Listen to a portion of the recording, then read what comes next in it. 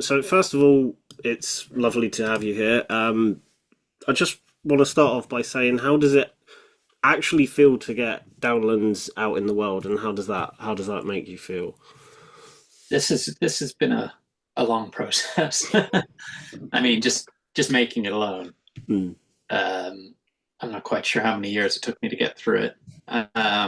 But we had it. It was supposed to be out last year Hmm. for Halloween, and there are some infrastructure and transport issues, and it didn't make it into the country. So it's been a long route, and in fact, it's been such a long route that the French edition Hmm. came out last week. So it beat the English edition. I was going to say, if that had released around October and Halloween, that would have been perfect, knowing what the themes and that of the book. Oh, that would have been that's missed opportunity right there. So I just want to start off by saying that. So this is your sixth book. Am I right in saying this? Sixth or fifth? Oh, hang on. This was my third book I did. Third. Third, third, I think. Yes. I'm starting to lose the order of them all. And I think I've done six books altogether. Okay, right. I was only going off of like your website, and I saw six, and was like, I just presumed that was Right. it. Yeah. Like Um, because I crowd them fund them hmm, first normally. hmm, So I'm up to number six, I think, at the moment. hmm. So by the time then tighten, pick it up and then print it, I'm usually on to some other books. Yeah. Not as big as this one though. No, no, that's true. So with the six, three number aside, would you say that the creative process of the books has kind of evolved with each of the projects that you take on, or has there been like a structure that's kind of stayed in place? Well, I mean, obviously, my first book, The Junction, that was a huge learning Mm, curve. I mean, I learned what not to do mm, in the process of making that one. But it also depends on the book. I mean, mm, like a big old hunk of paper like Downlands is a completely different approach to that than say some of my slimmer volumes like Cthulhu or something, where I can think, well, it's not going to take me that long, mm, and so I don't have to have such a plan going into it. mm, But Downlands, there is a real plan to doing it, and because it was such a big project, mm, I actually did worked on other books in the middle of it because it just mm, got to the point where I couldn't see the end of the project, so I'd hop onto something else for a while. mm. Yeah, I was going to say it's quite a hefty book in terms of the amount of stuff it's covering all in one go. Because as I was reading it, I was thought like there were constant moments where I was like, okay, this is going to wrap up this bit, and then another bit gets introduced, and I was like, okay, wow, this keeps going, and it just felt like you were really making the most of this story while you had it, if that makes sense. Yeah, sort of. And I wanted a story where there are lots of Mm, kind of threads, and hopefully yeah. at the end they all kind of tie together, and you can see the relationship to each other. Mm, Because I mean, this one I wrote initially, kind of the main linear timeline that kind of runs through the whole book of mm, James's story, and then I've had these other little stories in my head that I knew weren't enough for a book, but mm, so I tried to tie those into his story, so they're mm. little junctions to his main timeline. Yeah, no, I really liked how they all kind of converged in on each other towards the end. And actually, it was kind of making me think that because you write your books and you illustrate them as well, what kind of comes, this can go for this book or any of the books you've done, but what comes first? Is it the ideas of the illustrations, or is it the story and then the kind of the artwork comes naturally off the back of that? Ooh, that's a good one. I think there's a combination of things. I mean, it's visual things that kind of Mm, trigger me in the first place. mm, Um, so I'll have some images yeah. in kind of stuffed up here in the gray matter, um, and then writing. But because I'm as you say, the writer and the artist, I Mm. have a bit of leeway where I don't have to have the strictest script in place Yeah. when going into art. Mm. Like if I was to write it like I do for myself and give it to someone, Mm. they'd probably have convulsions and drop dead because it's just not structured enough. And I like to, Mm. once I got the story in place, then I'll play with it visually how I'm going to tell the story without Mm. all those instructions of how many panels on a page, what that page is saying. Mm. Yeah. No, I totally get what you mean. As someone who, well, I like to think of myself as creatively minded. I like to write scripts and short films and stuff every once in a while.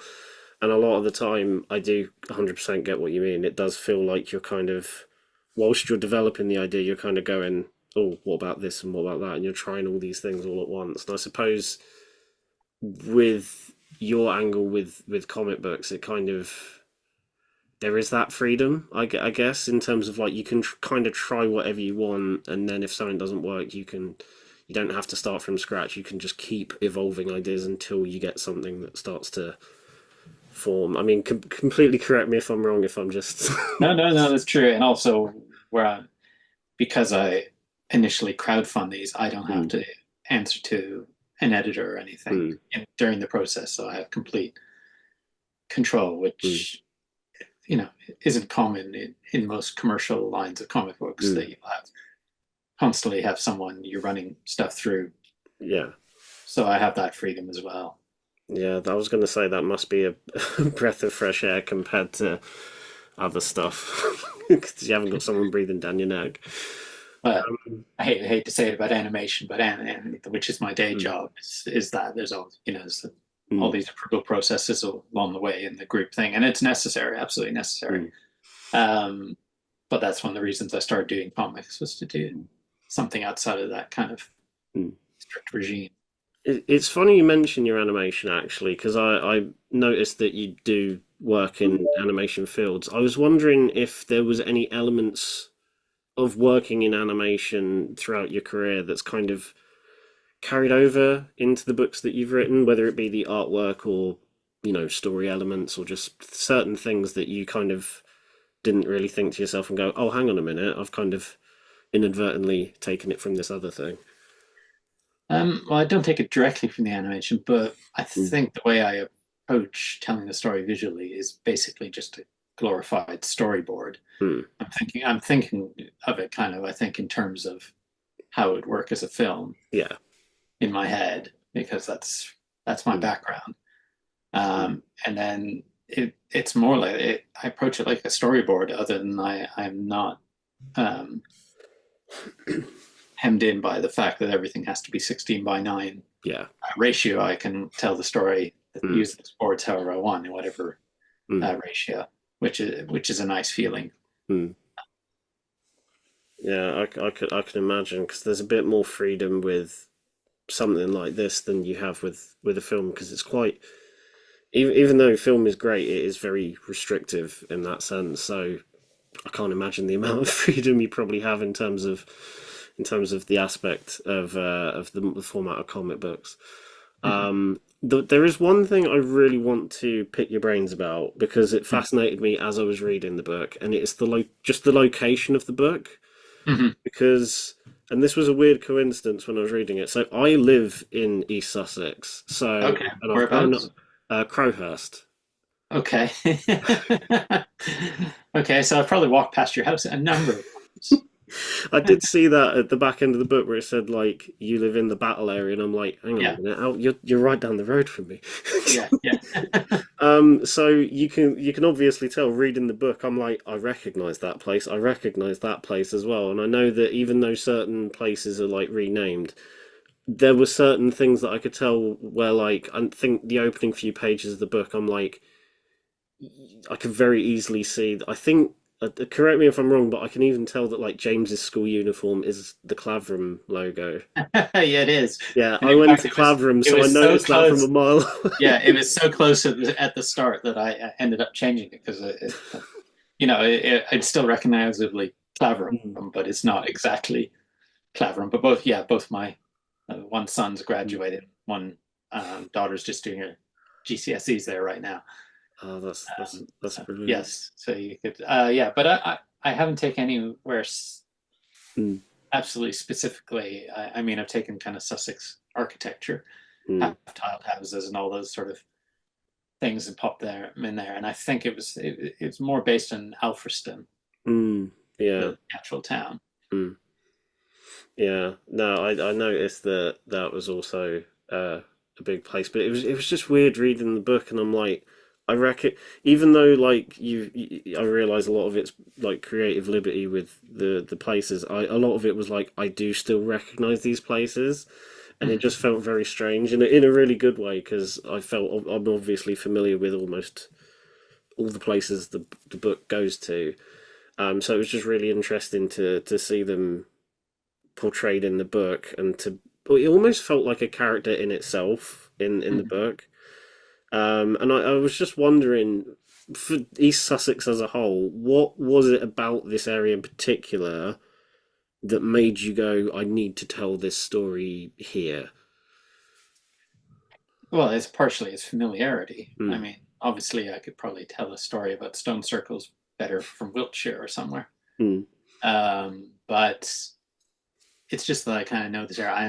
And part, like I said, it's visual things that trigger me. yeah. So it's when I go out hiking in the South Downs. So I'll see something and I'll drag that in. So it's personal experience. Mm, I transplanted a few things from outside the county into the story, but mm, it's just a familiar thing. And my first book was sort of based on the town I grew up with and went to school in Canada. mm. So, you like writers write what they know, sort of Yeah, thing. yeah. You kind of it's take it again. Correct me if I'm wrong if I'm putting words in your mouth, but it's taking those familiar aspects and then just kind of making them work and turning them into something that makes for a good story. Like you've heavily taken the folklore stuff from the area and really made it like I don't want to repeat myself, but it does feel like an element and a character in itself. Like you do have James and the characters in the book, but it genuinely does feel like it's got personality to it, if that makes sense. Right. I'm Yeah. butchering my words here, but you probably know what I mean. You're the one that wrote it. So I just wanted to actually mention on the bit of that history and folklore because again, growing up in the area, learning about the stuff like the Battle of Hastings and all that stuff was kind of ingrained into our heads Mhm. from a very young age, to the point where I'm now kind of sick of it. But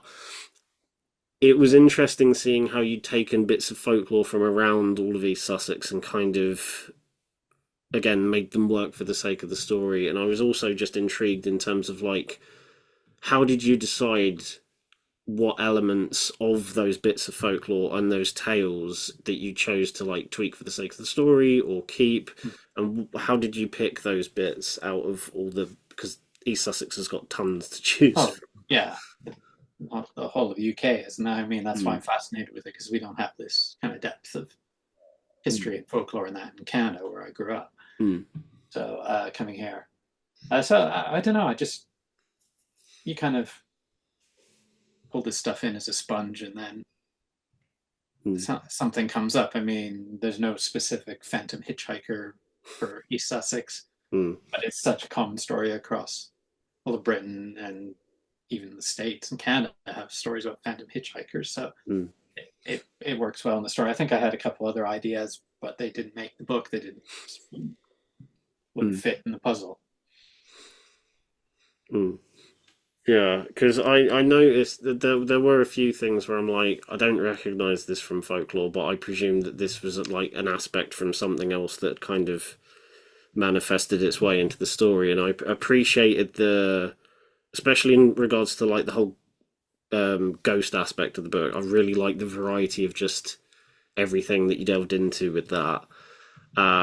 And it kind of had me wondering if there was any other inspirations on the book outside of the location that kind of influenced certain aspects, whether it be characters, story, or ideas for designs and stuff. Right. The only one I can think of because this came up in another interview I did Mm, was that as a kid getting comics. I collected Conan, which Mm. is ironic now that I'm working with Titan. But I had several issues of the original, like a Barry Windsor Smith run, the Yeah.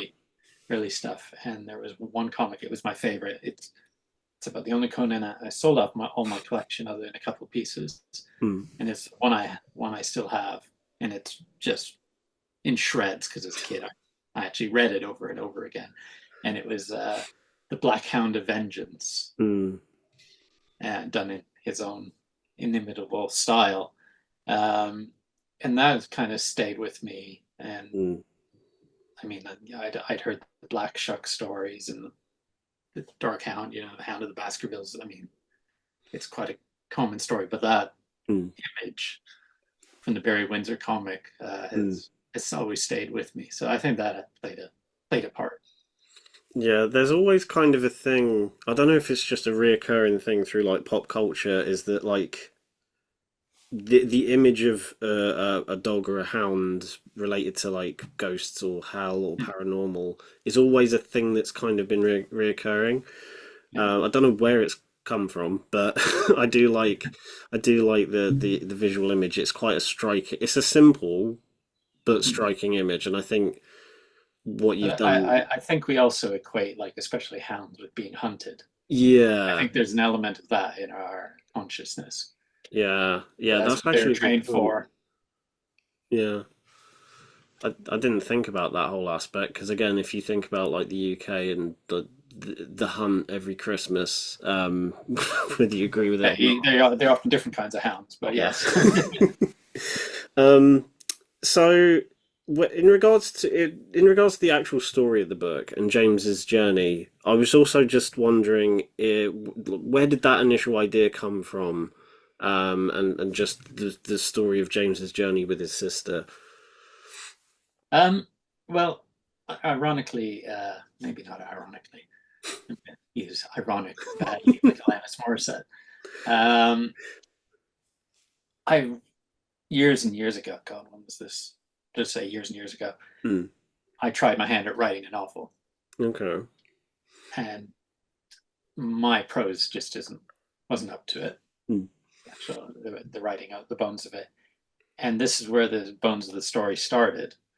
Hmm. Is because it was about someone that lost Hmm. someone. In that case, it was husband and wife, and she'd seen the black dog, and so that just sat on the shelf for ages. And then after doing the Junction, I thought maybe Hmm. I should return to that story, but use as a kid because we seem to.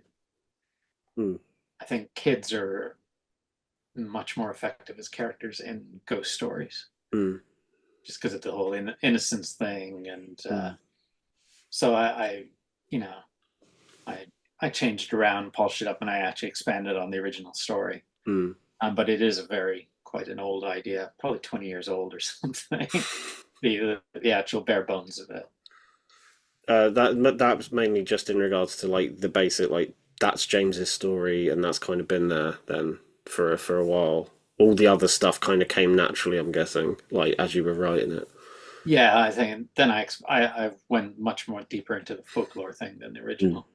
the original story. And was it based? I can't even remember if it was based in this way originally. But I mean, yeah, I'm Mm. talking literal bare bones. In terms of the characters in the book as well, I was also wondering again, knowing the local area and the history of it, I was wondering if certain characters that pop up throughout the book, because again, there's a lot of stuff covered, there's a lot of time periods covered throughout the book, and I was wondering if any of those characters were based on actual people in and around the area, or were they just ideas of character of people that kind of came naturally as you were writing the book. No, they weren't based on anyone specific. I think Mm. in a way they're a little bit stereotypes. Mm. They're in sort of an Edwardian farmer stereotype, and Mm. the old woman next door is sort of a Mm. stereotype. I don't know, characters that you kind of almost as soon as you see them, you kind of know where you are Yeah. with them. But no, there's no one. I don't think there's anyone there based on anyone historically or anyone I know personally. Okay, that's good. That's good to know. I don't want to like read a paper and go, hang on a minute. um, and while we're on that sort of topic, in terms of not necessarily the characters, but in terms of how you, because again, like I've said before, there's a lot of shifting storylines and tones and time periods in the book. And personally, especially as someone who whenever I read a comic book, I latch onto the visual side of it first, and then kind of go for a second time round, and then latch onto the story. Um, it's just the way my brain works. And I personally loved how you visually showed those shifts in tone and those shifts in time period throughout the book, specifically in the use of colors. And Hmm. I was just wondering if you could explain a little bit of that creative decision throughout the book, because I know there's one bit where it kind of you see a family in the 60s and it's a lot of yellows, and it just kind of very clearly you can tell just from reading it, it's like, okay, we've shifted to this Yeah. period. And I was just wondering if you could kind of explain a little bit of like your thought process behind the use of Well, color. when I generally work in work in kind of chapters or chunks of the story, I tend to choose a color palette anyway Mm, to separate it from another.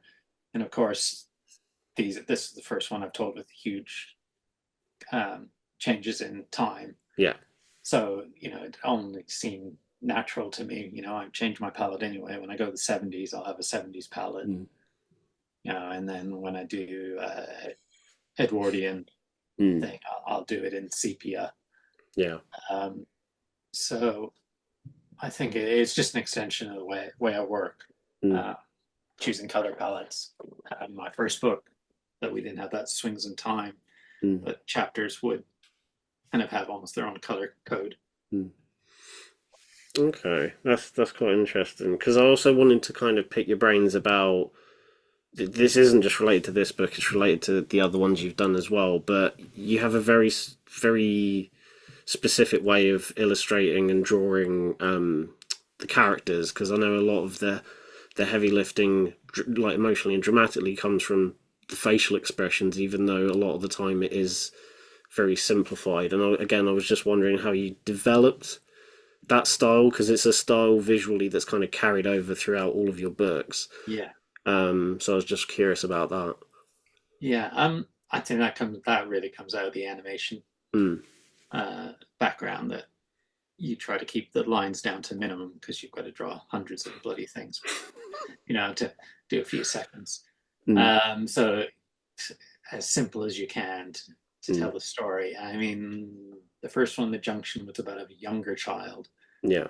so the style on that is even simpler. I Mm, want to have more of a child feel to that mm, one, and this one is a hopefully a little bit more mature, mm, but still simplified. I'm working on one now where the main characters are adults, so I'm hoping it's slightly more mature again, but mm. still within that style frame.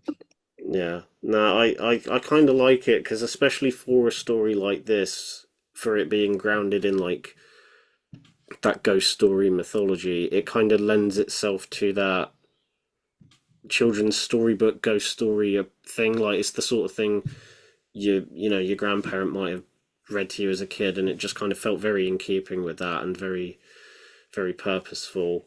And I think that's half the reason why I love reading comics, is because no two people, again, I'm going to butcher this, but no two persons' artwork is the same, and you're going to get Yeah, something different every single time.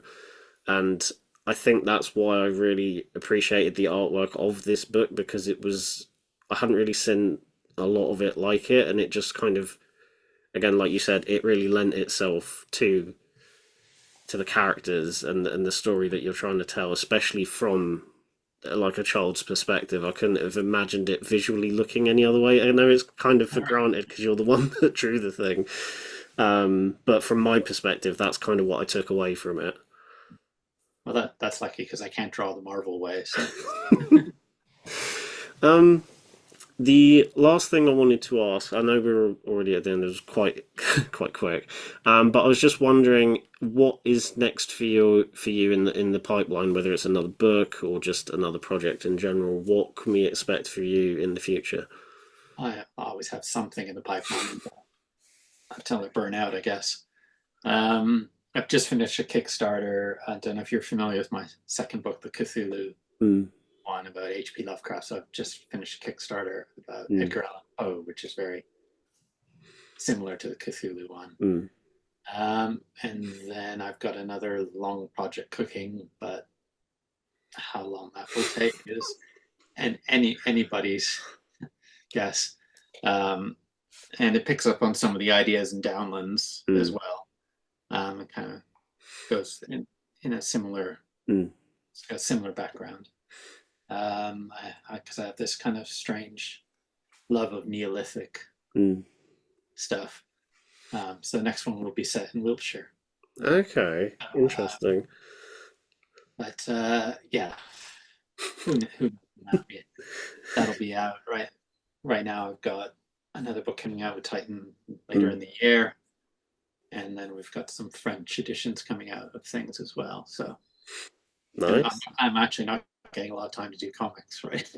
Just running around doing all the other stuff that you have to do. I'm just gonna ask one thing because I'm genuinely curious. Do you think you'll ever, before we finish, do you think you'll ever revisit any of the ideas, or just in Downlands or any of the books you've written, in terms of like not necessarily like a spiritual successor, but like in terms of actually fully revisiting them in a sequel of any sort? Well, both like the real plot driven ones like the Yeah. Junction or Downlands, I have no idea. Going back, I Mm, feel like I've kind of closed it. The story's done. yeah. That's done. Whereas like the Cthulhu one, which is a bit of fun, Mm, I do have a spiritual successor in the Edgar Allan Poe one. So, uh, and even the one I've got coming out in the autumn, Space Between the Trees, which is a much simpler though plot driven mm, story. I don't have any plans to revisit that world either. I quite like that. That's done. mm. Let's go on to something completely different. As Monty Python would say. I suppose it's nice to kind of just finish one thing, work on another thing, and kind of keep them separate as well, Yeah, just for like mental sake in terms of yeah. the different projects. Anyway, it's been great talking to you. Honestly, I would love to just keep talking about the Sussex area and the stuff like that. But yeah, thank you so much for. Not a problem. Not a problem. You could have probably just shouted out your house and shouted Just back. how did you come up with the story? Anyway, thank you very much. That was a Not a really problem. lovely chat. Thank you.